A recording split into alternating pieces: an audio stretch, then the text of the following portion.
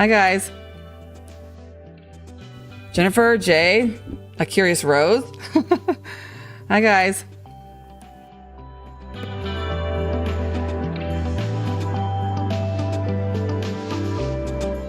Hey, guys.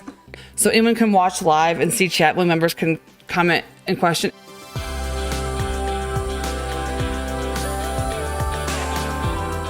Absolutely. Yep, that's exactly how it is.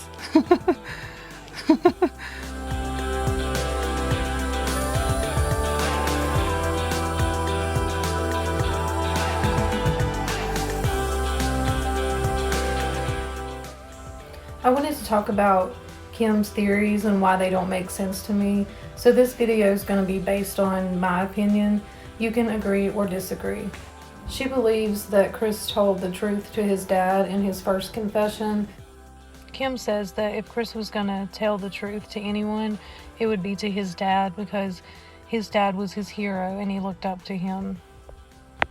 I think Chris's personality and how we know him to be and how Kim describes him actually explains why Chris wouldn't tell his dad the truth. I think Chris was dreading talking to his dad that day.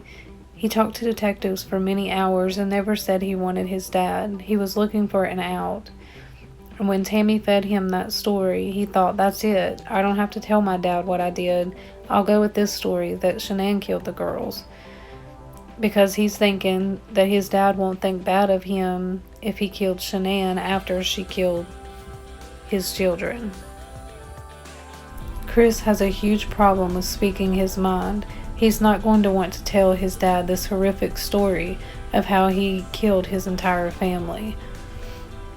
He couldn't tell Shanann about the affair. He couldn't even tell his own parents about the affair when he was in North Carolina. When Sherilyn Cadle was writing the book, he told her that it would give his parents some closure and help them to understand what happened, because he couldn't bring himself to tell them the truth. This all aligns with Chris's cowardly ways. Because I match evidence to autopsy. That's important. You can't just, you can theorize all you want to, but your focus at the end of the day needs to be what the actual evidence is there. She says the Wisconsin confession doesn't match the autopsies, but that doesn't prove anything to me. You can't compare the Wisconsin confession to the details of the autopsy because he doesn't give those details in the Wisconsin confession. He doesn't say what position he was in, what position Shanann was in, the position of the girls. He doesn't give those details in the Wisconsin confession. Just because she can match the autopsy with his first confession, that doesn't prove that that first confession is the absolute truth. All that it proves is that possibly in the midst of all the lies Chris told, that day when he was talking to the detectives, he explained exactly how he killed Shanann that night. She wants you to believe all or nothing. She thinks that if she can convince you that he told the truth about how he strangled Shanann, that you have to believe his whole first confession.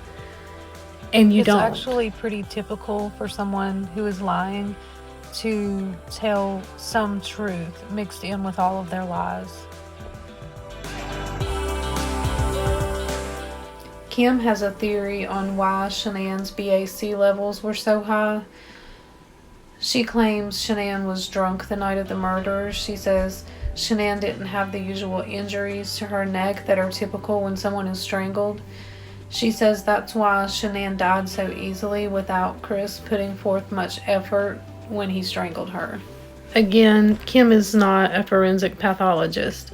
Postmortem blood alcohol concentrations are less reliable and stable than BACs obtained from someone who is alive. I know by now everyone has heard this explained, so I don't want to go over all of that. I just want to say that this is something that can be easily explained and proved in court if needed.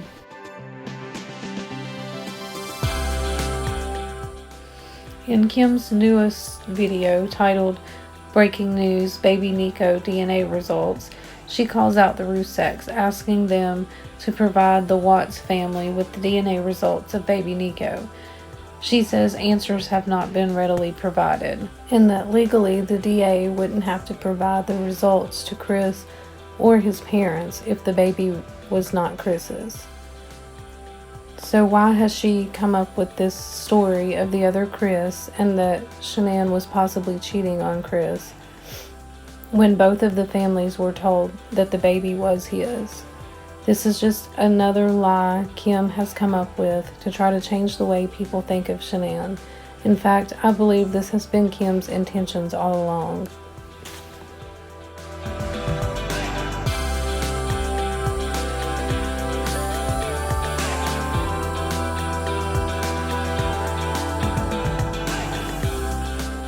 Something I've noticed about Kim is that she tells the same story over and over. She starts at the beginning and tells the whole story from start to finish, like she has this whole version memorized, because she knows that if you break down the things that she's saying, they don't make sense. So the first thing she has to convince you is that Chris was this super nice guy that was basically abused by Shanann.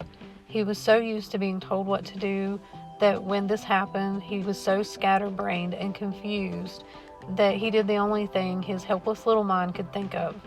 He hid the bodies to cover up what Shanann had done, and the fact that he's just killed his wife. She knows that that doesn't make sense for Chris to get rid of the bodies. She has to come up with some stories to show you that Chris was unable to think for himself. She also knows it doesn't make sense for Shanann to have killed the girls. So in order to make that make sense, she has to convince people that Shanann was a horrible person. She knows she can't just come out and say that, so she just throws out little hints. Shanann wouldn't let him have anything to do with the finances. Shanann wouldn't let him see his parents. Shanann wouldn't let him have a say in anything. If she can convince you that Shanann was a horrible, bossy, controlling person, you just might fall into her trap and believe her. When we all know that that's just crazy.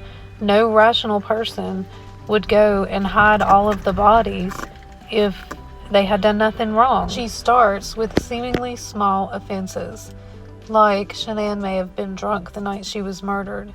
Shanann may have been cheating. Shanann may have not been the best mother or wife. She then sits back and reads the comments to see if people have taken the bait. Then she joins in other channels' live shows to further convince people of the crazy theories she's presented. All of the statements Kim has made is all part of her plan. This is her deliberate intent to manipulate you and get you to question your own judgment. She doesn't want you to be able to focus and think with a clear mind. The problem is this will gradually get worse, leading up to her biggest deception of all, which is that Chris didn't commit this heinous crime. His controlling, monstrous wife did. She's asking you to go against what is blatantly obvious, which is that Chris Watts killed his whole family. He wanted a life with his mistress, and he thought about and planned to murder his family and then went to great lengths to cover up his crimes.